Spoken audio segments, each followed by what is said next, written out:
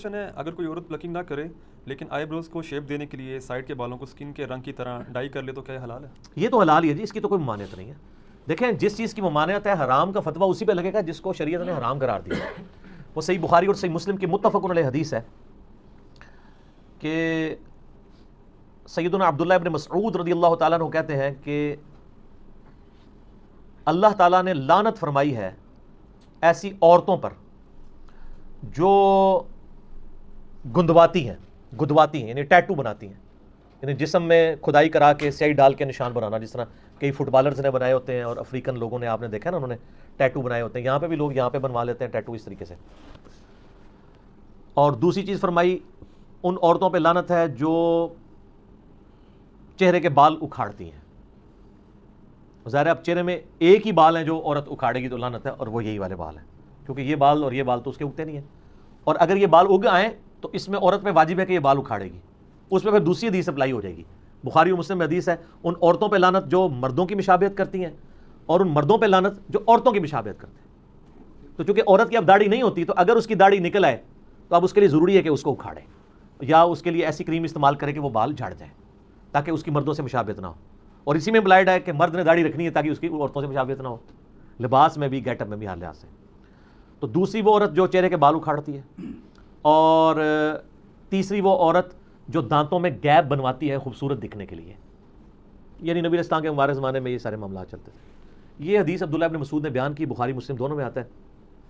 تو ایک عورت ان کے پاس حاضر ہوئی، اس نے کہا کہ میں نے سنا ہے کہ آپ یہ کہتے ہیں کہ اللہ نے لعنت فرمائی ہے ایسی عورتوں کے اوپر، تو میں نے تو پورا قرآن پڑھا ہے، مجھے تو کہیں نہیں ملا یہ چیز.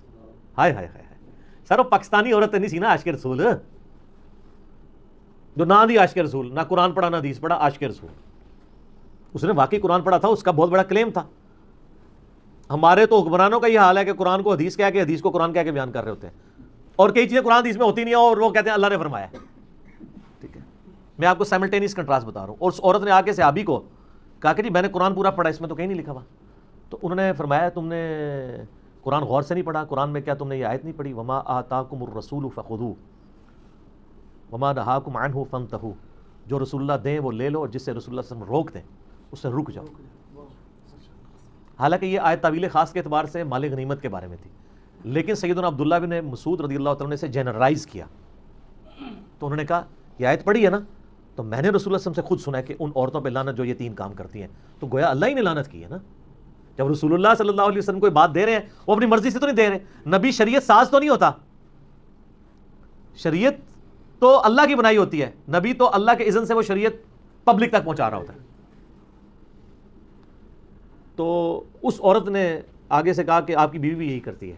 یہ آخری حال ہوتا ہے نا کسی کے بارے میں، پرسنل اٹیک. تو آج بھی اگر کوئی آپ پہ پرسنل اٹیک کرے تو غصے نہ ہوا کرے، کرنے دیں، کیا فرق پڑتا ہے. صحابہ کرام پہ بھی لوگوں نے کیا اور نیکوکار لوگوں نے کیا. یہ نیکوکار ہی تھی نا عورت. تو انہوں نے آگے سے کوئی غصہ نہیں کھایا. انہوں نے کہا جاؤ اندر میری بیوی کو دیکھ لو جا کے. ان کا تمہاری بیوی بھی ایسے ہی کرتی ہے نا، یعنی وہ بھی پلکنگ کرتی ہے. تو وہ اندر گئیں وہ اور واپس آئی تو شرمندہ تھی. انہوں نے کہا نہیں آپ کی بیوی ایسا نہیں کرتی. پھر عبداللہ ابن مسعود نے ایک جملہ بولا، انہوں نے کہا کہ اگر ایسا کرتی ہوتی پھر وہ ابن مسعود کی بیوی نہ ہوتی. ٹھیک ہے، ابن مسعود اور رسول اللہ کا ماننے والا ہے، اس کے ساتھ ایسی عورت رہ سکتی ہے جو رسول اللہ کی باغی ہو، وہ پھر میری بیوی نہ ہوتی. تو یہ یعنی صحابہ کرام فوراً ان کا ایک ایٹیچیوڈ تھا اس حوالے سے. تو اگر کوئی عورت پلکنگ نہیں کرواتی، صرف سائڈ کے بالوں کو بلیچ کرتی ہے ہلکا ہلکا اسکن کلر کے تاکہ وہ صحیح نظر آئیں، اور یہ لوگوں کو دکھانے کے لیے نہیں اپنے خاوند کے لیے، اس میں یہ چیز بھی ضروری ہے. تو شاید ویسے ہی وہ چھوڑ دیں، لوگوں کے لیے کر رہے ہوتے ہیں اللہ ماشاء اللہ. باقی یہ ڈاکٹر فرد ہاشمی صاحبہ کا جو موقف ہے میں ان کی بڑی عزت کرتا ہوں. میں انہیں ون وومن آرمی کہتا ہوں. ایک اکیلی عورت نے تل پٹ کر دی ہر چیز، شیطان کے خلاف ایک مجاہدہ ہیں. ان کی جو اسٹوڈنٹس ہیں ان میں زیادہ تر یہ ایشو آیا ہوا ہے پلکنگ والا. انہوں نے کہیں ایک بات کی کہ اگر کسی کے بہت زیادہ یعنی بھویں چوڑی ہو جائیں تو وہ کر سکتی ہے کیونکہ وہ نیچر سے ہٹی ہوئی ہیں. اصل میں تو اسلام میں تخلیق بگاڑنے کی ممانعت ہے نا، جو اس حدیث میں بھی آیا نا جو عبداللہ ابن مسعود علی، اس میں یہ بھی الفاظ ہیں کہ تخلیق بگاڑتی ہیں، جو ٹیٹو بنوائیں یا یہ کریں یا یہ اکھاڑیں. تو اور قرآن حکیم میں سورہ نساء کی آیت نمبر 119 ہے وَلَآمُرَنَّهُمْ فَلَيُغَيِّرُنَّ خَلْقَ اللَّهِ. شیطان نے کہا تھا کہ اے اللہ میں اولاد آدم کو ابھاروں گا کہ تیری تخلیق کو وہ بدل دیں. تو اسلام میں تخلیق بدلنا حرام ہے. اسی کے تحت داڑھی مڑانا حرام ہے نا. اللہ نے مرد کی اگائی ہے, عورت کی نہیں اگائی.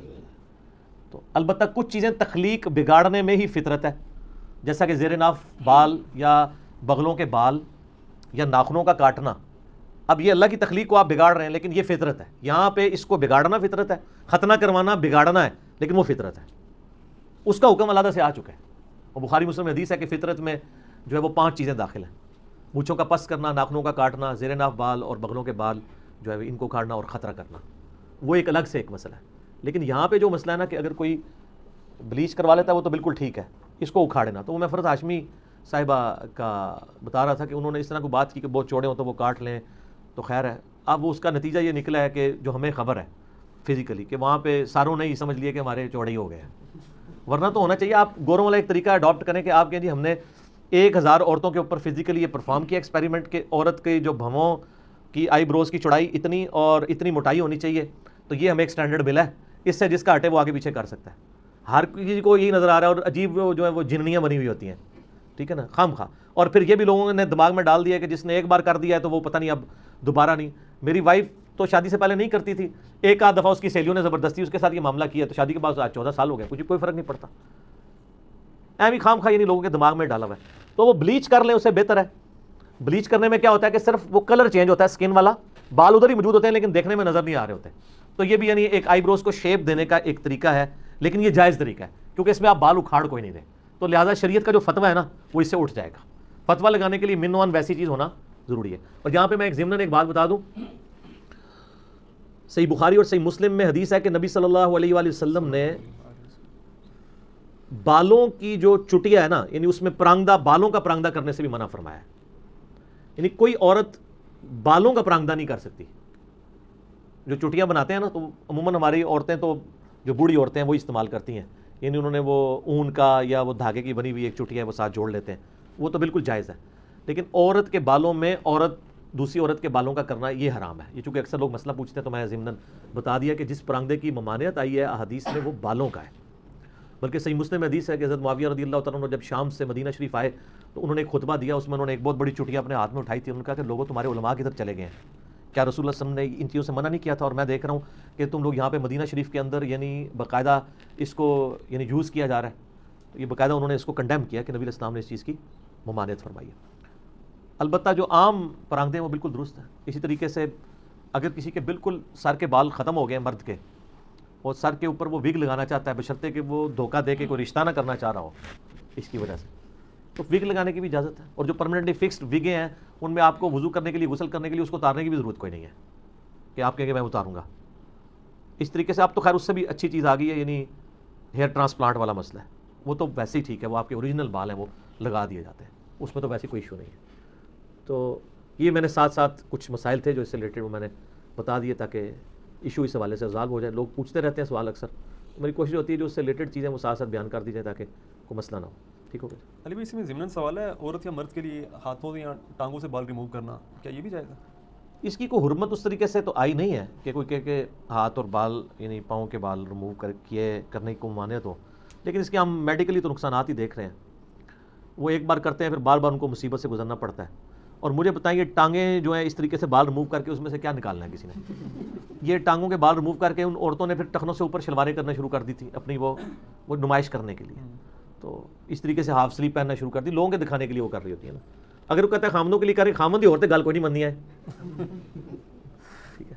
اور مجھے حدیث یاد آ گئی, بخاری مسلم میں حدیث ہے, نبی صلی اللہ علیہ وآلہ وسلم نے فرمایا کہ مجھے اللہ تعالیٰ نے جہنم دکھائی تو میں نے اپنی امت کی عورتوں کی اکثریت جہنم میں دیکھی.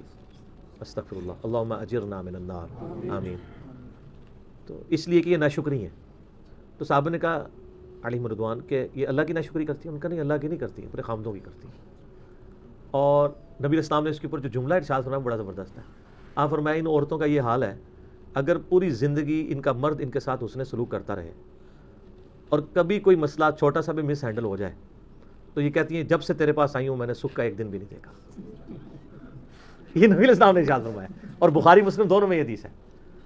تو اچھا یہ حدیث آپ یاد رکھیں, آپ کو بڑا مزہ آئے گا. میری بیوی جب میرے ساتھ لڑ رہی ہوتی ہے تو میں فوراً یہ حدیث یاد کرتا ہوں اور مسکراتا ہوں. تو وہ پوچھتی ہے کیوں؟ میں نے وہ نبی علیہ السلام کی بات یاد آ گئی. آپ نے فرمایا تھا کہ یہ عورتیں ایسی کہتی ہیں کہ سکھ کا ایک دن بھی نہیں گزارا. تو بالکل وہ نظر آ رہا ہے. تو جب آپ یہ بات کرتے ہیں نا تو اگلے بندے کا غصہ ویسے ہی ٹھنڈا ہو جاتا ہے اگر وہ مسلمان ہے تو. ٹھیک ہے, تو اس حوالے سے یعنی ان چیزوں کو بھی دیکھنے کی ضرورت ہے.